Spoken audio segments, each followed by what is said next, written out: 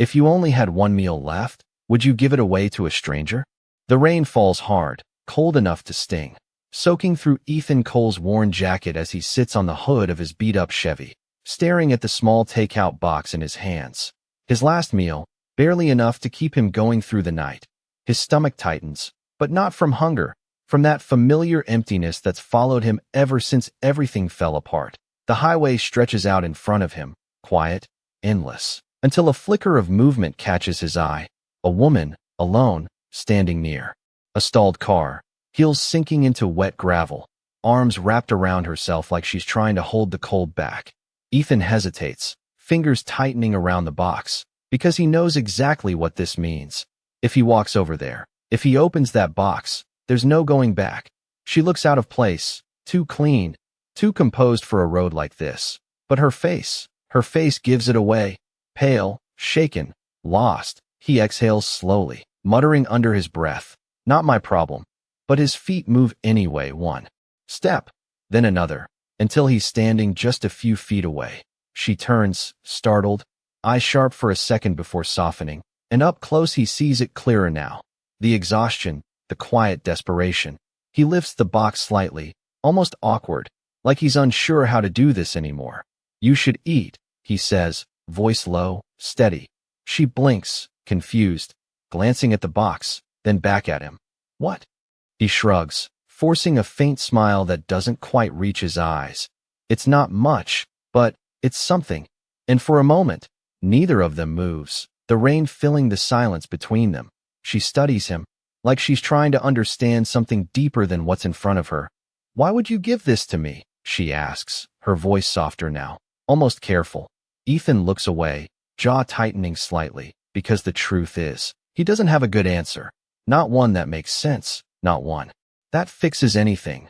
But he hands it over anyway, pressing the warm box into her cold hands, because no one else did. He says quietly, her fingers close around it slowly, like it matters more than it should, and when she finally nods, whispering a soft, "Thank you," something shifts, something small but real. They sit there. For a while, on opposite sides of the same broken moment, sharing bites of something that was never meant to be shared, exchanging words that feel too honest for strangers. She asks his name, and he tells her, "Ethan." And when he asks hers, she pauses, just for a second, before answering. "Victoria." Like the name carries weight, she's not ready to explain. The rain begins to ease, the world quieting around them. And for a brief moment, it almost feels like things could be different. But by the time Ethan wakes up the next morning, the road is empty, the car is gone, and the only thing left behind is the faint memory of a woman who looked at him like he mattered, something no one had done in a long, long time. By morning, the cold feels sharper, like the world has decided to remind Ethan exactly where he stands. He wakes in the driver's seat of his old Chevy, neck stiff, fingers numb, the faint smell of rain still clinging to everything. And for a second, he thinks maybe last night was just another dream. One of those strange, quiet moments that vanish with daylight. But then he notices it. The empty takeout box resting on the passenger seat, folded neatly, not tossed aside, not forgotten. He stares at it longer than he should, running a hand over his face, exhaling slowly, because that means she was real. Victoria was real, and somehow that makes the silence feel heavier. He steps out of the car, gravel crunching under his boots, eyes scanning the long stretch of road. But there is nothing. No stalled car, no footprints, no sign she was ever there. Just open highway and a sky clearing like nothing happened. Figures. He mutters under his breath, kicking a loose rock, trying to shake off the feelings settling in his chest. He has learned not to hold on to moments like that, not to expect anything to come back. Still, something about the way she said his name lingers, like it meant more than just a passing conversation. The day drags on the way most days do. Slow and unforgiving. Ethan heads into town, stopping by the same hardware store he has been checking for weeks, hoping for any kind of work, but the answer is the same. Polite but final. "We will call you," which they never do. By noon, he is down to loose change in his pocket. Not enough for a full meal, not enough for much of anything. And he finds himself sitting on a worn bench outside a gas station, watching people come and go, each one moving with purpose, with somewhere to be. He wonders what that feels like again. Hours pass, the sun dipping lower, and just as he is about to head back to his car and call it another empty day, a low hum cuts through the quiet. A sleek black SUV rolling slowly into the lot. Too clean, too polished for a place like this. Ethan barely glances at it at first, until it stops, engine idling, and the passenger door opens. A pair of heels step onto the pavement, sharp, deliberate, followed by a tailored coat that does not belong anywhere near this dusty roadside stop. His breath catches before he can stop it, because he knows, even before she lifts her head, Victoria. But she is not the same woman from last night. Not exactly. The fear is gone, replaced by something composed, controlled, powerful in a way that does not ask for permission. She walks toward him with quiet certainty, each step closing the distance that should not exist between their worlds. And when she finally stops in front of him, her eyes meet his again, steady, unreadable, like she has already made a decision he has not heard yet. Ethan Cole, she says, his name clear, precise, carrying weight this time. And something in his chest tightens, because no one says his name like that. Not anymore. He lets out a small, almost disbelieving breath, shaking his head slightly. You found me, he says, more question than statement. A faint smile touches her lips, not soft, not uncertain, but sure, like this moment was always going to happen. I told you, she replies quietly. I do not forget people who matter. And before he can respond, before he can even figure out what that means, the driver steps out, opening the rear door of the SUV, revealing a glimpse of a world Ethan has only ever seen from the outside. And Victoria turns slightly, then looks back at him, her voice calm but undeniable. Come with me, Ethan. There is something you need to understand. The engine hum feels too smooth, too quiet, like it does not belong to his world. And Ethan hesitates just a second longer before stepping closer to the open door, his reflection staring back at him from the polished black surface, worn jacket, scuffed boots, a man who clearly does not fit into whatever this is. You are not getting in, are you? Victoria's voice cuts in, calm but edged with something sharper now, and he glances at her, searching her face for the woman from last night, the one who held that small takeout box like it mattered. But this version of her stands straighter, colder, like she has put walls back up. He exhales through his nose, shaking his head slightly. You disappear at sunrise, show up in a car that costs more than anything I have ever owned, and expect me to just, what? Trust this, he says, his voice low, but steady. Her expression does not break, but her eyes soften just enough to let something reel through. I am asking you to listen, she replies, and there is no hesitation in it, no apology. Just certainty.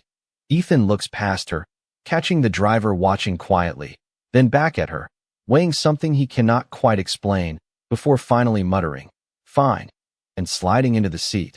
The door closes with a soft, final sound, sealing him into a world that smells like leather and something expensive he cannot name.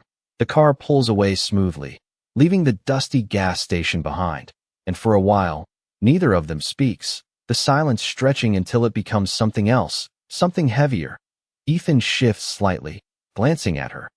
So are you going to explain what this is?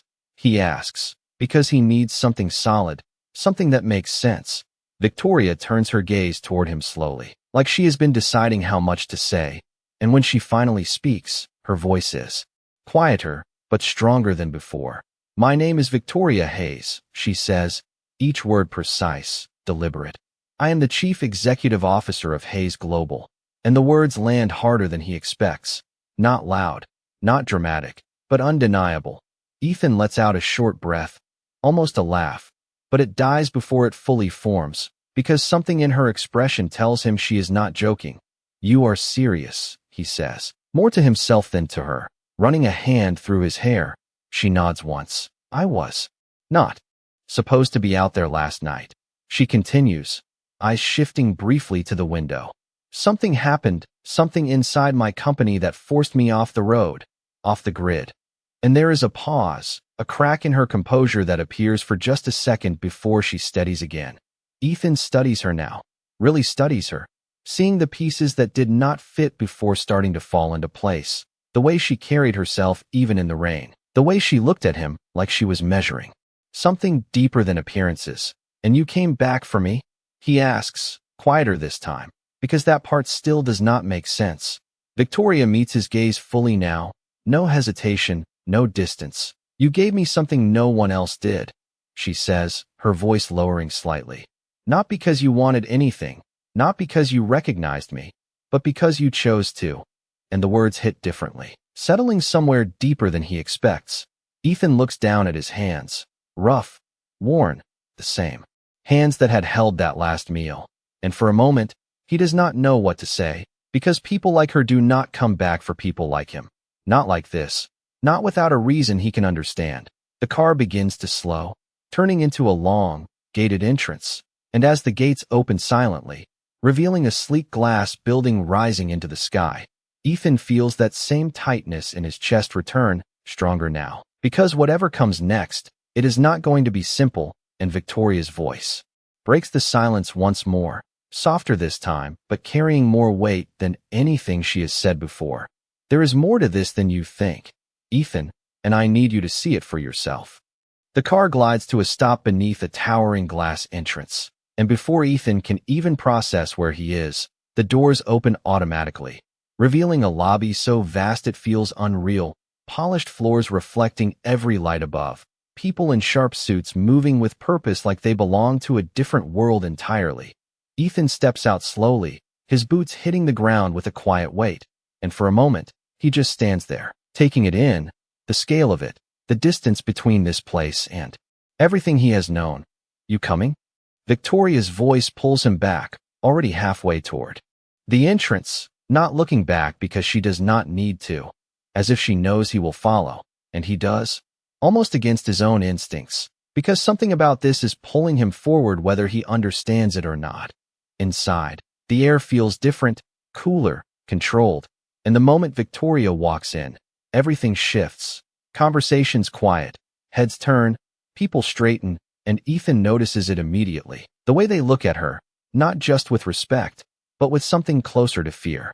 "Ms. Hayes," someone says as they pass, voice careful, measured, and she responds with a simple nod, her expression unreadable. Ethan watches all of this unfold, a knot forming in his chest, because this is not just wealth, this is power, the kind that changes the way people breathe in the same room. They step into a private elevator, the doors sliding shut behind them, sealing off the noise, and for a moment, it is just the two of them again. Ethan exhales, rubbing the back of his neck. This is your world," he says quietly, almost like he is stating a fact he still cannot fully accept. Victoria glances at him, her reflection catching in the mirrored walls. "It is," she replies, but there is something in her tone, something that does not sound like pride. The elevator rises smoothly, numbers climbing, and Ethan feels it in his chest, like he is being pulled further and further away from the ground he understands. "So why bring me here?" he asks, his voice sharper now, "Because." The question has been building since she showed up. Victoria does not answer right away, her gaze fixed ahead, as if she is choosing her words carefully, and when the doors finally open, she steps out first, leading him into a quiet hallway lined with glass offices and soft lighting. At the end of it, she stops in front of a set of double doors, her hand resting lightly on the handle, but she does not open them yet. Instead, she turns to him fully, closer now than before, her composure still intact, but her eyes more honest than they have been since he met her. "Last night," she says slowly, "you saw me at my lowest point." And the words hang there for a second, heavier than they should be. Ethan frowns slightly, because that is not how he remembers it. Not entirely. But he does not interrupt. "People in this building," she continues, her voice steady but quieter, "they see me as something else, something untouchable. And there is a faint bitterness there now, subtle but real." She studies him for a moment, like she is measuring whether he will understand what comes next. "But you did not," she adds, softer this time. "You saw someone who needed help, and you helped her without hesitation." And Ethan shifts slightly, uncomfortable with the weight she is placing on something that felt so simple in the moment. "It was just food," he mutters, looking away briefly, but she shakes her head almost immediately, stepping just a fraction closer. No, she says, her voice firm now. It was not just food. And for the first time, there is emotion breaking through the control, something real, something unguarded. It was the only honest thing that has happened to me in a long time. She admits quietly, and the words land harder than anything else she has said. Ethan looks back at her, really looks this time, seeing past the title, the building, the distance, and for a moment, he sees her again the way she was in the rain, human, uncertain, real.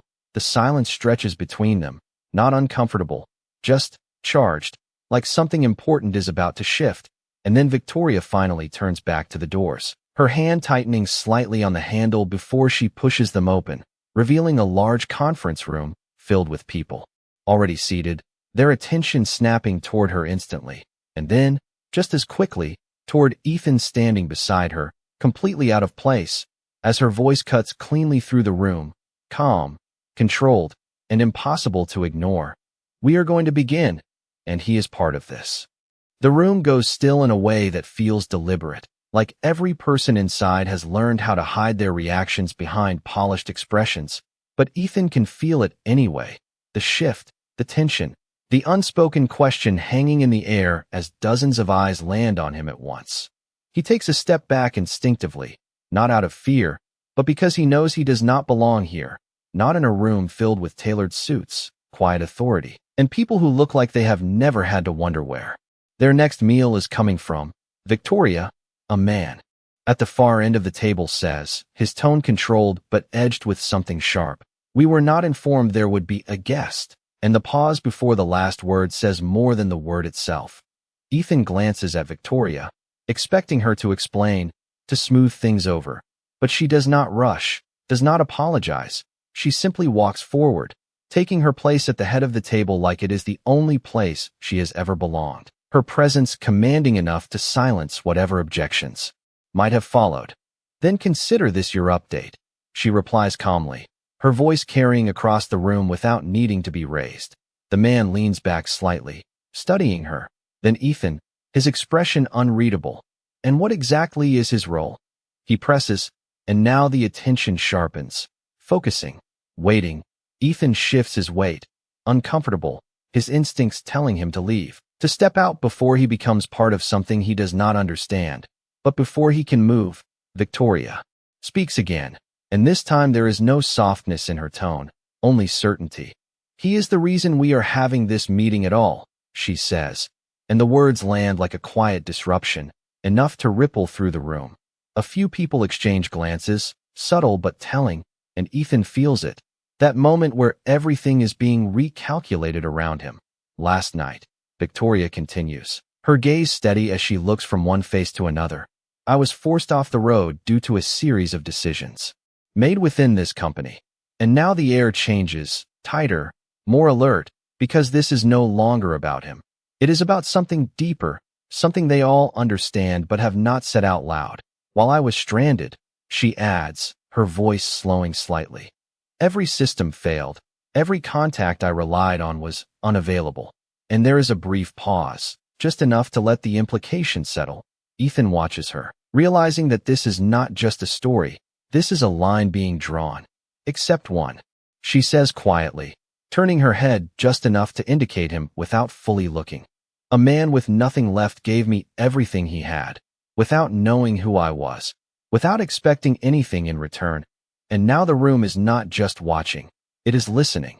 Ethan feels a tightening in his chest, not from pride, but from the weight of being placed in a narrative he never asked for. So, the same man speaks again, leaning forward slightly, his tone measured but probing. You brought him here to make a point, and there it is, the question behind all the others. Victoria meets his gaze without hesitation. I brought him here because he represents something this company has lost, she replies, her voice steady, controlled, but carrying an edge that was not there before. Silence follows, not empty, but full of tension, of people choosing their next move carefully. Ethan looks around the room, seeing it now not just as a place of power, but as something fragile beneath the surface, something that can shift if the right pressure is applied. He does not fully understand what is happening, but he knows one thing clearly. He is no longer just an outsider looking in. He has been pulled into the center of something much bigger. And as Victoria's eyes briefly meet his again, there is a silent understanding passing between them, one that says this is only the beginning. The silence does not break right away. It stretches, tight and controlled, like every person in the room is calculating the cost of speaking next, and Ethan can feel it pressing in from all sides, the weight of eyes, expectations, and something sharper beneath it all. He shifts slightly where he stands, hands at his sides, aware of how out of place he looks, but something inside him refuses to shrink, not completely. With all due respect, another voice cuts in, smoother, more polished, coming from a man seated 2 chairs down from the first, his suit immaculate, his tone careful but edged with quiet challenge. This company is not built on sentiment, and a few subtle nods follow, almost invisible, but enough to show agreement. Ethan glances at Victoria, expecting resistance, but she does not react immediately. She simply lets the words settle, her expression calm, almost unreadable. No, she replies after a moment, her voice even. It is not. And for a split second, it sounds like she agrees, like she is giving ground. But then her gaze sharpens. But it is built on decisions, and last night proved that some of those decisions have compromised more than just profit. And now the room shifts again, more alert, more defensive.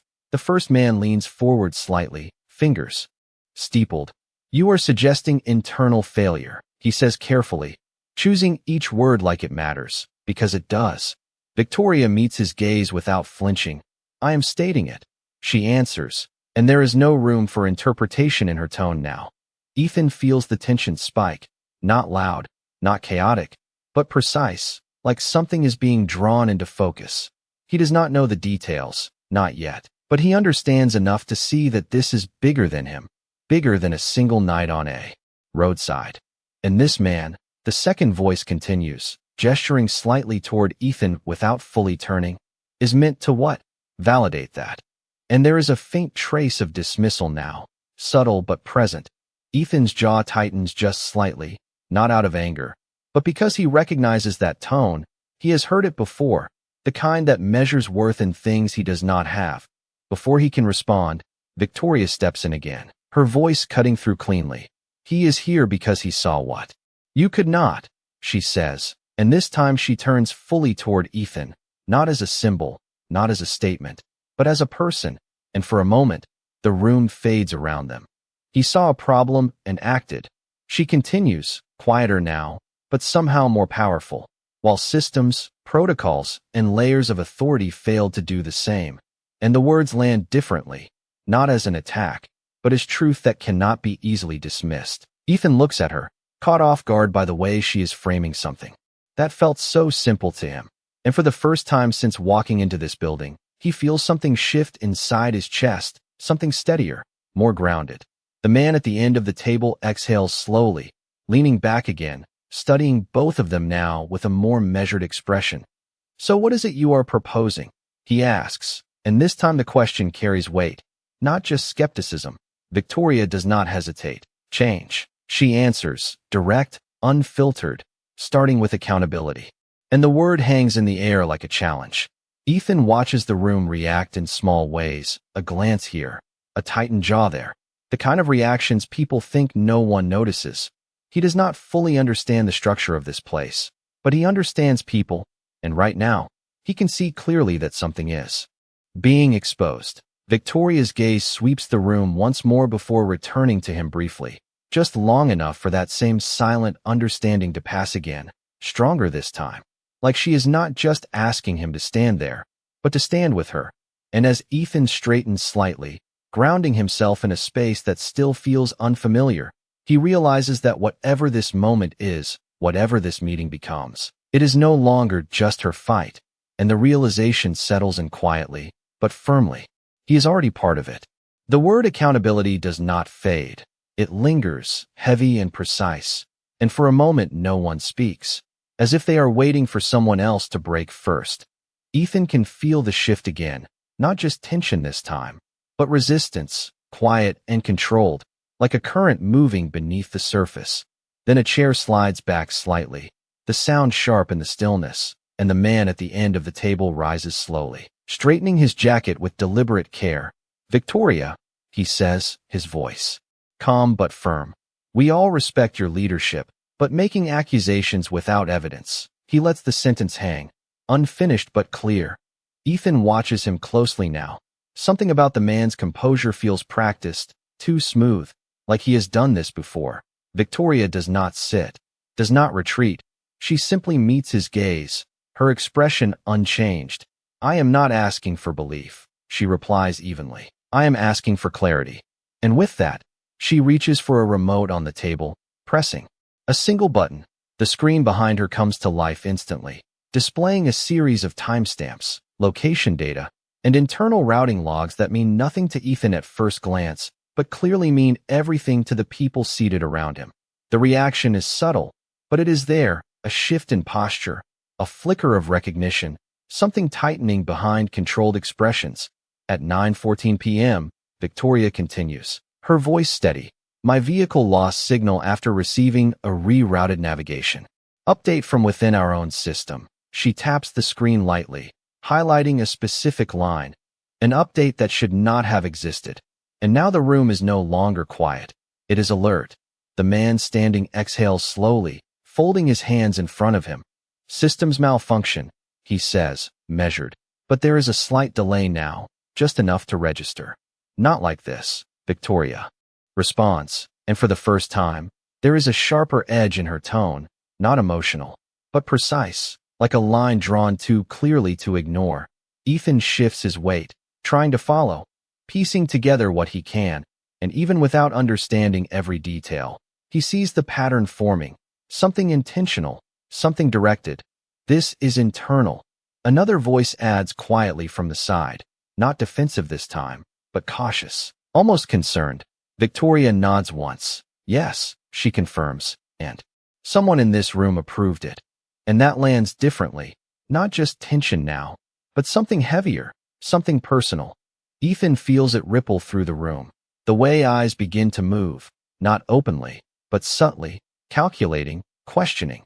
The man at the end of the table does not move, but his gaze sharpens slightly. "You are making a serious claim," he says, and there is less certainty in his voice now, replaced by something more guarded. Victoria steps forward just slightly, not aggressive, but unwavering. "And I will prove it," she replies, then pauses, her eyes flicking toward Ethan for just a second before returning to the room. "Because last night was not an accident," she adds, quieter now, but somehow more powerful. Ethan feels a chill run through him, not from fear, but from realization. Because the moment she says it, everything clicks into place differently. The broken car, the empty road, the way she appeared and disappeared, none of it random. He looks at her again, seeing not just the woman from the roadside, but someone standing in the center of something far more complex, far more dangerous than he ever imagined. The silence returns, but it is not the same silence as before. This one is charged, filled with unspoken questions and shifting alliances. And as Ethan stands there, no longer just observing, but connected to the moment in a way he cannot undo, he realizes that whatever happens next is going to change more than just her world. It is going to change his too. No one moves at first, but the air has changed, heavier now, like something invisible has just been dragged into the light, and Ethan can feel it pressing against his chest, the realization that this is not just about systems or mistakes. This is about intent. The man standing at the end of the table does not sit back down.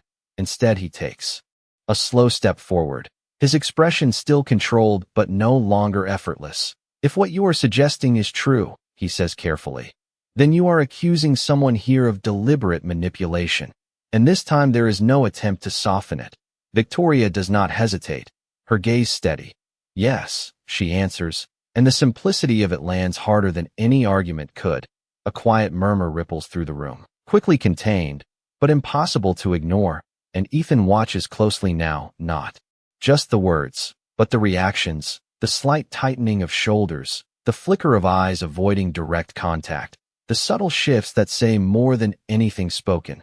Then present the name. The man continues, his voice firmer now, pushing forward. "Because without that, this is speculation." And there it is, The challenge, direct and unavoidable. Ethan feels the tension spike again, sharper this time. Because whatever happens next is going to matter, Victoria turns slightly toward the screen again, her hand hovering near the remote. But she does not press it yet. Instead, she looks back at the room, taking in every face, every controlled expression, and when she speaks, her voice is quieter, but carries more weight than before. I could, she says, but that is not the point.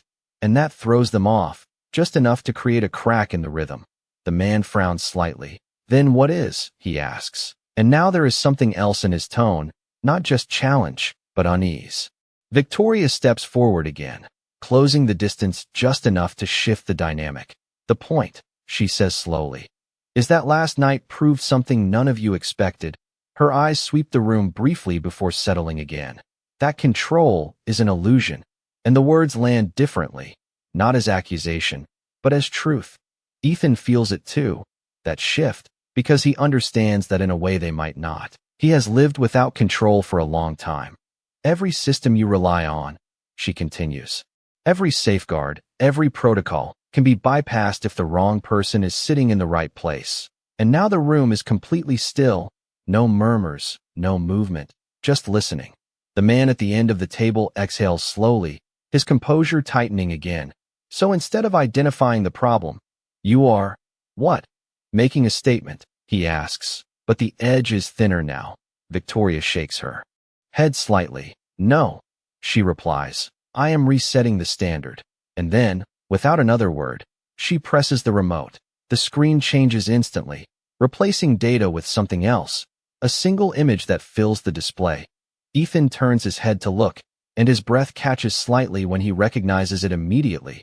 The small, worn takeout box from the night before, captured in a still frame, sitting between two people on a dark roadside. The room shifts again, confusion now mixing with tension, because this does not belong here, not in a boardroom, not in a corporate investigation. This, Victoria says quietly, her voice softer now, but no less clear, is what accountability looks like when there is nothing to gain. And for the first time, she turns fully toward Ethan, not presenting him, not using him, but acknowledging him. Ethan feels every eye in the room return to him again. But this time it is different, not just judgment, but curiosity, something searching. He does not move, does not speak, but something inside him steadies, because for the first time, he understands why he is here, not as proof, not as a symbol, but as a line that cannot be ignored. And as the silence settles once more, deeper now, more uncertain, Ethan realizes that whatever game is being played in this room, Victoria has just changed the rules, and not everyone is ready for what that means. The image does not belong in that room, and everyone knows it. The worn cardboard edges, the simple meal, the quiet moment frozen on the screen standing in sharp contrast to the polished glass and tailored suits surrounding it. And for a long second, no one speaks, because no one quite knows how to respond to something so ordinary placed in a space built on control. Ethan feels it again, the weight of attention shifting. But this time it is different, less dismissive, more uncertain, like the rules they rely on no longer apply the same way. This is irrelevant. The man at the end of the table says finally, his voice controlled but tighter now, the first real crack in his composure. We are discussing internal systems, not personal anecdotes. And there is a faint agreement in the room, a need to pull things back to something familiar, something measurable. But Victoria does not look at the screen anymore. She looks at them, directly, steadily. No, she replies, her voice calm but firm. We are discussing judgment. And that lands differently, sharper than before. Ethan watches her closely now, seeing the shift not just in her words, but in her presence, like she is no longer defending anything. She is defining it. Last night, she continues, every system you trust failed in a moment that required something simple, something human. Her eyes move briefly across the table, catching reactions they try to hide. And the only response that mattered came from someone who had no reason to act. And now she gestures slightly toward Ethan, not presenting him, but acknowledging him again. The man exhales slowly, shaking his head just once. You are elevating an exception into a principle, he says, but there is less certainty in it now, more resistance than confidence. Victoria steps closer to the table, her hand resting lightly against the surface, grounding the moment. No, she answers quietly. I am exposing the gap between what we claim to value and what we actually do. And the room falls still again, not out of respect, but because the words are harder to dismiss. Ethan feels something shift inside him, something steadying, because for the first time, he understands that this is not about him at all. Not really. It is about what he represents in a place that has forgotten how to see it. So what now? Another voice asks from the side, softer, less defensive, more uncertain, and that question carries weight, because it is no longer a challenge. It is a request. Victoria turns slightly, her expression settling back into that calm control, but the edge remains. Now we find out who made that decision, she says, and this time there is no hesitation, no redirection, just focus.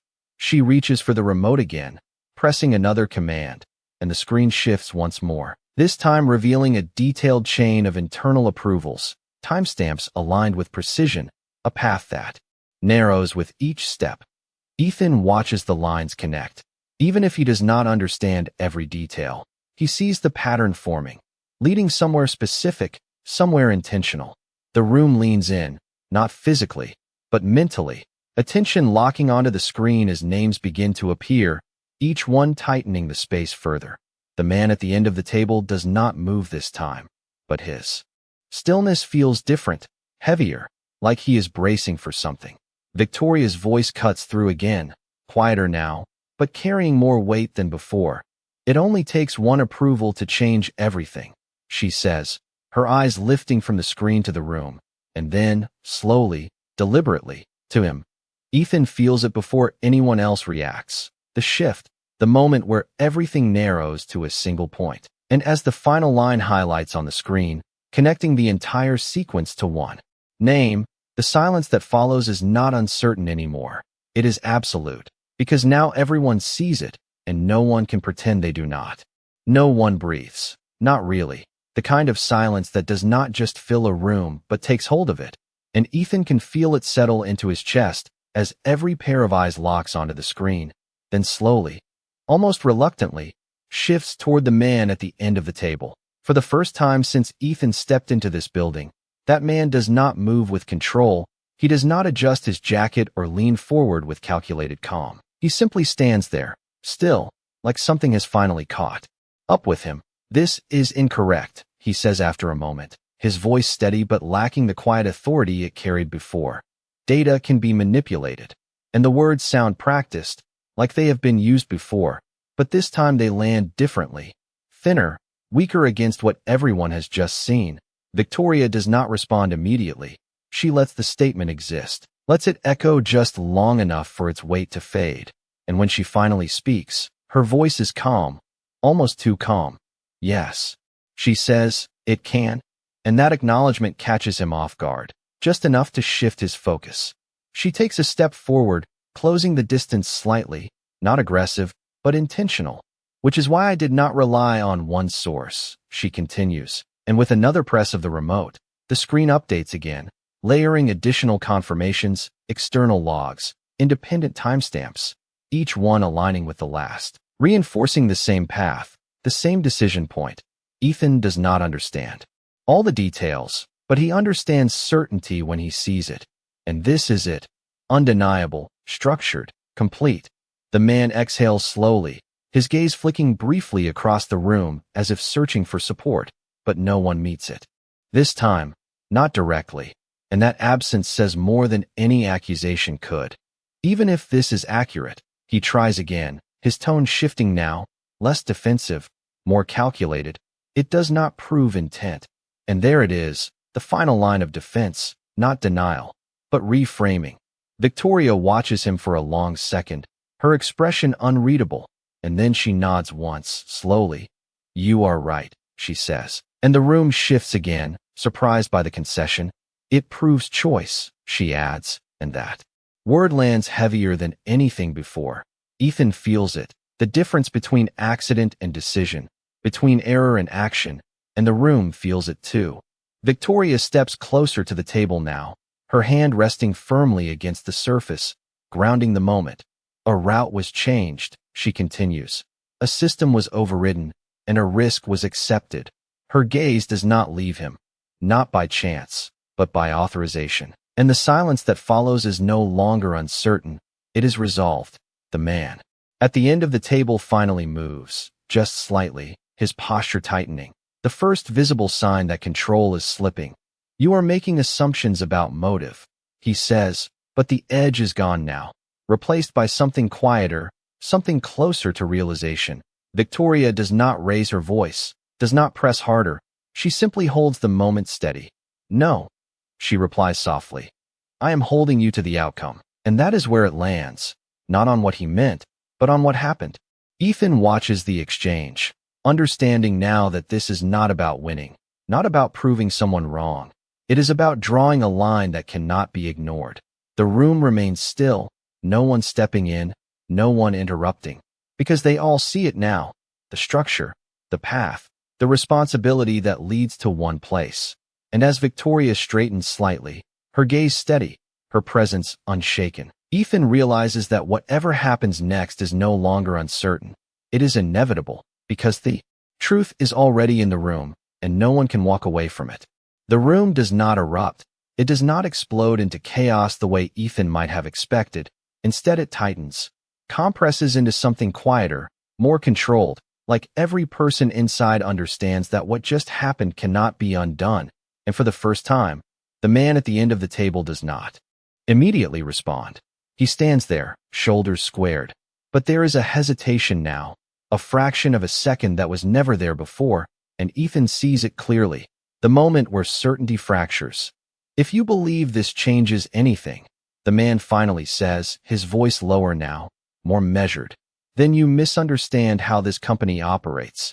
And there it is again, not denial, but distance. An attempt to rise above the moment instead of stand inside it. Victoria does not move, does not react to the shift in tone. She simply watches him, her expression steady, grounded. I understand exactly how it operates, she replies, and there is no edge now, no force, just clarity. She takes a slow step forward, closing the space not as a challenge, but as a statement of presence. That is why this matters, she adds, and the words land with a different kind of weight, not loud, but final. Ethan feels it settle. The difference between argument and conclusion, and around the table. People begin to shift, not dramatically, but enough to signal something changing, a quiet realignment that no one acknowledges out loud. The man exhales slowly, his gaze dropping for just a moment before lifting again, but this time it does not carry the same authority, the same control. You are risking instability, he says, and now there is something else beneath it, not just warning, but concern, real or calculated. Ethan cannot tell. Victoria tilts her head slightly, considering him. No, she answers softly. I am removing it. And that lands deeper than anything else, because it reframes everything that has come before. Ethan watches the exchange, realizing that this is not about confrontation anymore. It is about resolution, about drawing a line that cannot be negotiated. A voice from the side speaks up, quieter, more careful than before. If the authorization trace is confirmed, the person says, choosing each word with precision, then protocol requires a review of executive clearance, and that shifts the room again, not emotionally, but structurally, like the conversation has moved from question to action. The man at the end of the table does not respond immediately, and in that silence, Ethan understands something important. Silence here is not empty. It is revealing. Victoria nods once, acknowledging the statement. Then begin the review, she says, and her voice carries no hesitation. No doubt, just direction. Ethan feels the moment settle into something solid, something irreversible, and for the first time since he walked into this building, he sees it clearly, not just the power in the room, but the way it moves, the way it shifts when someone is willing to stand still while everything else adjusts around them. The man finally takes a step back, small but visible, and that is enough to signal what words have not yet said. The room does not need confirmation, it understands. Victoria's gaze lifts from him to the rest of the table, steady, composed. We are done here, she says, and there is no need to raise her voice, because no one questions it. Chairs begin to move, quiet, controlled, people standing, gathering their things, but the tension does not disappear. It lingers, like something unresolved beneath the surface. Ethan remains where he is, watching it unfold, trying to process how quickly everything has shifted, how a single moment on a dark road has led to this, to a room full of people redefining something he barely understands. And as Victoria turns slightly toward him again, her expression softer now, more human than it has been since they entered this place. There is a quiet understanding between them, not spoken, but clear. This is not the end of what started last night. It is only the moment where everything truly begins. The room empties faster than Ethan expects, not in a rush, but in a quiet, deliberate way. Like everyone understands that staying longer would only mean facing something they are not ready to confront. The door closes softly behind the last person, and for the first time since he stepped inside, the space feels different, less like a stage and more like something real. Ethan exhales slowly, running a hand through his hair, trying to catch up with everything that just happened, the weight of it still settling in his chest. You just ended someone's career, he says finally, his voice low, not accusing, just stating what it feels like from where he stands. Victoria does not answer right away. She walks to the window instead, looking out over the city below, the skyline stretching endlessly, controlled, structured, everything in its place. No, she says after a moment, her voice quieter now. Stripped of the authority she carried in the room, they ended it themselves, and there is no anger in it, no satisfaction, just a calm acceptance that feels heavier than either. Ethan studies her, seeing the difference now, the shift from the woman who commanded the room to the one standing in front of him, still strong, but more human, more exposed in ways no one else in that building probably ever sees. You could have handled that differently, he says, not as a challenge, but because it feels like something that needs to be said. Victoria turns slightly, leaning back against the edge of the table, her arms crossing loosely, not defensive, just grounded. I have handled things differently before, she replies, meeting his eyes. That is how I ended up on that road last night. And that lands deeper than he expects, connecting everything in a way that makes more sense now. Ethan nods slowly, understanding not just the situation, but the weight behind her choices. The silence that follows is not uncomfortable. It is steady, like both of them are standing in the aftermath of something that mattered. Why me? He asks after a moment. Because that question has not left him since she showed up at the gas station, since she said his name like it meant something. Victoria holds his gaze, and for the first time, there is no distance at all, no title, no barrier, just honesty. Because you did not need a reason, she says simply, and that answer, as straightforward as it is, carries more meaning than anything else she could have said. Ethan looks down, briefly, letting that settle, because in his world, everything has a reason, a cost, a trade, and the idea that something could exist without that feels unfamiliar, almost unsettling. People here, she continues, her voice softer now. They make decisions based on outcomes, on risk, on what benefits them. She pauses, just for a second. You made a decision based on something else. And there is a quiet respect in her tone that he does not quite know how to respond to. Ethan shrugs slightly, shifting his weight. It was just the right thing to do, he says, and even as he says it, he knows how simple it sounds compared to everything around them. Victoria smiles faintly, not amused, but something warmer, something real. Exactly, she says, and for a moment, the distance between their worlds feels smaller, not gone, but closer than it should be. She pushes off the table then, stepping toward him with that same calm certainty. But this time it is different, less formal, more personal. I meant what I said earlier, she adds, her tone steady. There is more to this, and Ethan watches her carefully, because he can feel it now, the shift, the point where this is no longer just about last night or that meeting. It is about what comes next. What kind of more? He asks, his voice quieter, but firm. Because whatever this is, he needs to understand it before he steps any further. Victoria pauses, just long enough to let the question exist, her expression thoughtful, measured, and then she answers, not with explanation, but with intent. A chance, she says, and the word hangs there. Simple, but loaded with everything that has not been said yet. Ethan studies her, the city stretching behind her through the glass, the world she belongs to, and the one he came from still lingering in his mind. And for the first time, he realizes that this is not just about what she is offering. It is about what he is willing to accept, and as the silence settles between them once more, he knows that whatever he says next is going to change everything. The word chance does not fade. It lingers between them, quiet but heavy, and Ethan feels it settle in his chest in a way that is unfamiliar.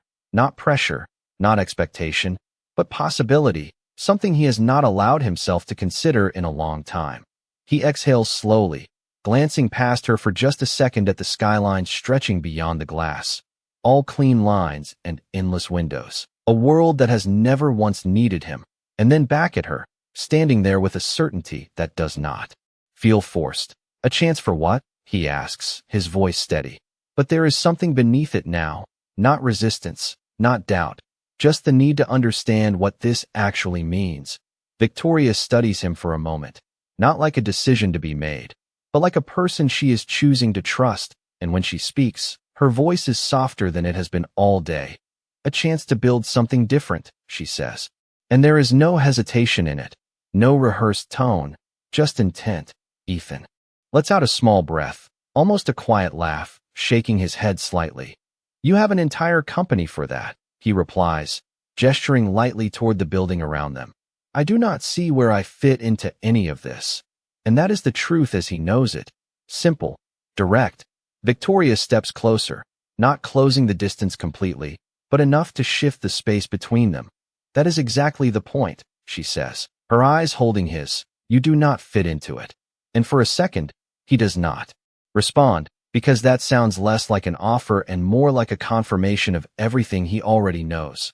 But she continues before he can pull back into that thought. This company knows how to function, she explains. It knows how to grow, how to compete, how to win.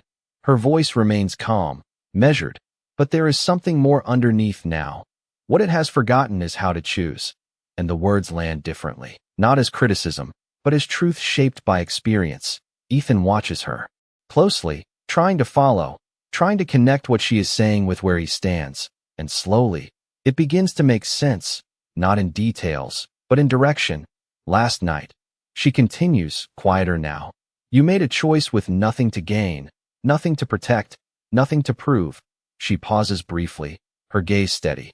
That is something this place cannot teach. And Ethan feels that again, that shift inside him. The realization that she is not offering him a role. She is offering him a perspective. He looks down at his hands for a moment. The same hands that held that last meal. The same hands that have built, fixed, and lost more than anyone in that building will ever understand. And for the first time, he does not see them as something lacking. And what happens when I say no?